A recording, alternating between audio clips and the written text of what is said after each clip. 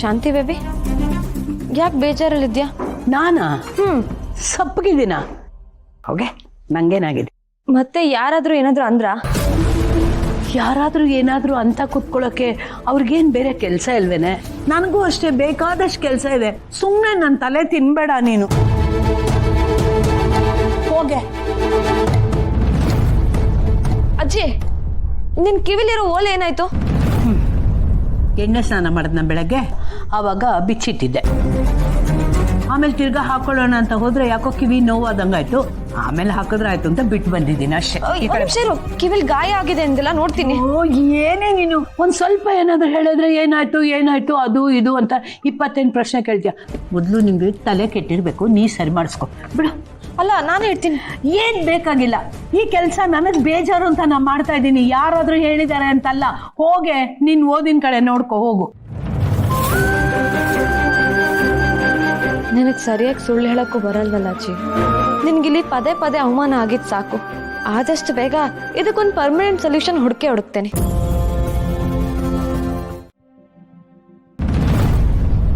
Hello. Hello, ಆರಾಧನಾ madam, ನಮಸ್ತೆ. ಹೇಳಮ್ಮ ನಿಧಿ, ಹೇಗಿದೀಯಾ? ನಾನ್ ಚೆನ್ನಾಗಿದ್ದೀನಿ ಮ್ಯಾಮ್. ಅದೇ ಇವತ್ತು ಇಂಟರ್ವ್ಯೂ ಕೊಡಕ್ ಬಂದಿದ್ನಲ್ಲ, ಅದ್ ಚೆನ್ನಾಗಾಯ್ತೋ ಇಲ್ವೋ ಅಂತ ಅನ್ಮನ್ ಮೇಲೆ ಕಾಲ್ ಮಾಡಿದೆ. ನಿಧಿ, ಇರೋ ವಿಷಯ ಹೇಳ್ತೀನಿ ಕೇಳು. ನಮ್ ಕಡೆಯಿಂದ ಫೈಲು ಓಕೆ ಅಂತ ಮೂವ್ ಆಗಿದೆ. ಆದ್ರೆ ಮುಂದೆ ನಿರ್ಧಾರ ಮ್ಯಾನೇಜ್ಮೆಂಟ್ ಕಡೆಯವರೇ ತಗೋಬೇಕು. ಅದಕ್ಕೆಲ್ಲ ಸ್ವಲ್ಪ ಟೈಮ್ ಹಿಡಿಯುತ್ತೆ. ಆದ್ರೆ ನೀನು ಈ ತರ ಗಡಿಬಿಡಿ ಮಾಡಿದ್ರೆ ಸ್ವಲ್ಪ ಕಷ್ಟ ಆಗುತ್ತೆ. Okay ma'am, thank you. Krishna, ಕೈಲಿದ್ದಿದ್ದು ಒಂದು ಒಳ್ಳೆ ಅವಕಾಶನೂ ಯಾಕೆ ಈ ರೀತಿ ದೂರ ತಳ್ತಿದ್ಯಾ? ಹೀಗಾದ್ರೆ ನಾನು ಏನ್ ಮಾಡ್ಲಿ?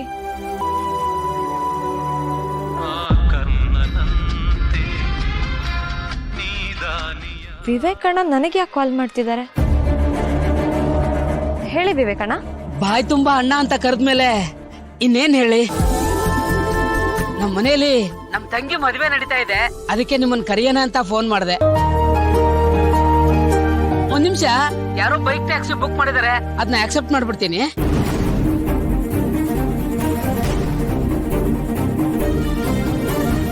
ಏನು ಹೇಳ್ತಾ ಇದ್ದೆ? Bike taxi? ಛೇ, ಅದಲ್ಲ. ಅಪರೂಪಕ್ಕೆ ರಜಾ ಹಾಕ್ದಾಗ, ಸುಮ್ನೆ ಕೂತಾಗ, ಹಾಸ್ಪಿಟಲ್ ಕೆಲಸ ಬೇಗ ಮುಗ್ದಾಗ ಏನಾದ್ರೂ ದುಡಿಯೋಣ ಅಂತ ಶುರು ಮಾಡಿದ್ದು. ನನ್ನ ಖರ್ಚಿಗೆ ಜೊತೆಗೆ ತಂಗಿ ಮದುವೆಗೂ 4 ಕಾಸಾಗುತ್ತಲ್ಲ ಅಂತ ಯೋಚನೆ. ಹನಿ ಹನಿ ಸೇರಿದ್ರೆ ಹಳ್ಳ ಅಲ್ವಾ? ಅದಕ್ಕೆ ಬೈಕ್ ಟ್ಯಾಕ್ಸಿ ಕೆಲ್ಸಕ್ಕೂ ಸೇರ್ಕೊಂಡೆ. ನಾನು ಯಾಕೆ ಈ ಕೆಲ್ಸಕ್ಕೆ ಸೇರ್ಬಾರ್ದು? ಈಗಿರೋದಕ್ಕಿಂತ ಜಾಸ್ತಿ ದುಡ್ಡು ಬರುತ್ತಲ್ವಾ? ಹಾ ವಿವೇಕಣ್ಣ. ಸರಿ, ಅದೇನೇ ಇದ್ರು ನೀವು ನನ್ನ ತಂಗಿ ಮದುವೆಗೆ ಬರ್ಬೇಕಷ್ಟೇ. ಅರ್ಥ ಆಯ್ತಲ್ವಾ? ಖಂಡಿತವಾಗ್ಲೂ ಬರ್ತೀನಿ. Thank you. ಅಜ್ಜಿ ಇನ್ನೂ ಅವಮಾನ ಅನುಭವಿಸೋ ಬದಲು ಈ ಮನೆಯಿಂದ ಹೊರಗೆ ಹೋಗೋದೇ ವಾಸಿ. ವಿವೇಕಣ್ಣ ಮಾಡ್ತಿರೋ ಕೆಲ್ಸ ನಾನ್ ಯಾಕೆ ಮಾಡ್ಬಾರ್ದು?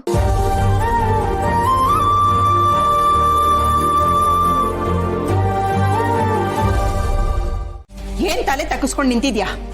ನೀನ್ ಮಾಡಿದ್ ಸರಿನಾ? ಎಲ್ಲಾ ವಿಚಾರದಲ್ಲೂ ನೀನ್ ಜಾಣೆ, ಆದ್ರೆ ತಾಳಿ ವಿಚಾರದಲ್ಲಿ ಯಾಕಿಷ್ಟೊಂದು ತಾತ್ಸಾರ ಮಾಡ್ದೆ? ಇಲ್ಲ ಅಜ್ಜಿ, ನಾನ್ ಬೇಕಂತ ಮಾಡಿಲ್ಲ. ಅದ್ ಹೇಗ್ ತುಂಡಾಯ್ತು ಅಂತಾನೆ ನನಗೆ ಗೊತ್ತಾಗ್ತಿಲ್ಲ. ಗೊತ್ತಿಲ್ವಾ? ಇಷ್ಟೊಂದು ಅಸಡ್ಡೆನಾ?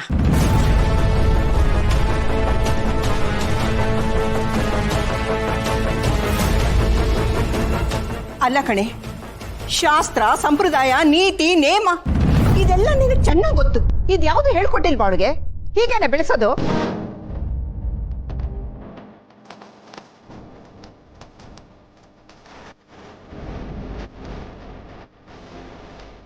ಆದ್ರೂ ಇವಳು ಮಾಡಿರೋದು ತಪ್ಪೇ. ಅಮ್ಮ, ನೀನೇನ್ ಮಾಡಕ್ ಹೊರಟಿದ್ಯೋ ನಮ್ಗೆ ಅರ್ಥ ಆಗ್ತಿಲ್ಲ. ಆದ್ರೆ ನೀನ್ ಆಡ್ತಿರೋ ಮಾತಂತೂ ಸರಿಯಾಗಿದೆ. ತಾಳಿದವನು ಬಾಳಿಯಾನು ಅಂತಾರೆ. ಆದ್ರೆ ಇಂಥವ್ರಿಗೆ ತಾಳ್ಮೆನೂ ಇಲ್ಲ, ತಾಳಿ ಬೆಲೆನೂ ಗೊತ್ತಿಲ್ಲ. ಏನ್ ಬಾಳಿ ಬದುಕ್ತಾರೋ ಏನೋ.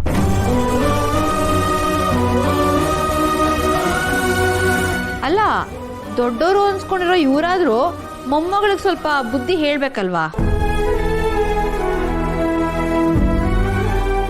ಎಲ್ಲರೂ ಒಂದು ನಿಮಿಷ ಸುಮ್ಮನಿರ್ತೀರಾ? ಹೀಗೆ ಬೈಯೋದ್ರಿಂದ ಆಗಿರೋ ತಪ್ಪು ಸರಿ ಹೋಗುತ್ತಾ ಹೇಳಿ? ಏನೋ ಗೊತ್ತಿಲ್ಲದೆ ಆಗಿದೆ. ಬಂಗಾರಿ, ನೀನಾದರೂ ಹೇಳು.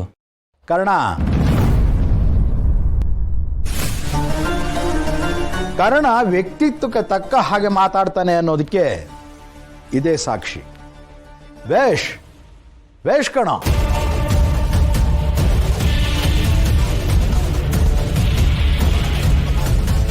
ನೋಡು, ನಿನ್ನ ಅಪ್ಪನ್ನ ನೋಡಿ ಕಲಿಬೇಕು. ಮನೆಗೆ ಬೆಂಕಿ ಹಚ್ಚಿ ಆಮೇಲೆ ಅಯ್ಯೋ ಛೇ ಅಂತ ಸಮಾಧಾನ ಮಾಡಕ್ ಬಂದು ಅದೇ ಬೆಂಕಿಲಿ ಚೆನ್ನಾಗಿ ಚಳಿ ಕಾಯಿಸ್ಕೊತಾನೆ. ಅದಕ್ಕೆ ಅಲ್ವಾ ಇವ್ರನ್ನ ಸ್ಪೆಷಲಿಸ್ಟ್ ಅಂತ ಕರೆಯೋದು. ಭಾವ, ಏನ್ ಭಾವ ನೀವು ಇಂಥದಕ್ಕೆಲ್ಲ ಬೇಷ್ ಅಂತಿದ್ದೀರಾ? ಇಂಥದಕ್ಕೆಲ್ಲ ಎನ್ಕರೇಜ್ ಮಾಡಿದ್ರೆ ನಮ್ಮ ಮನೆ ಮಾನ ಮರ್ಯಾದೆ ಏನಾಗಬೇಕು ಅಂತ ಹೇಳಿ?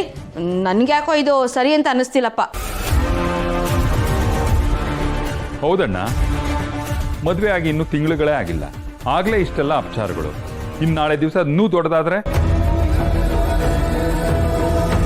ಈಗಾಗಿರೋ ಸಮಸ್ಯೆ ಬಗ್ಗೆ ಮಾತಾಡ್ತಾ ಕೂರೋದು ಮುಖ್ಯನೋ ಇಲ್ಲ ಪರಿಹಾರ ಮುಖ್ಯನೋ? ತಾಳಿ ಕಳಚಿ ಬಿದ್ದೋದ್ರೆ ಏನಂತೆ, ಮತ್ತೆ ಕಟ್ಟಿದ್ರೆ ಆಯ್ತಪ್ಪ.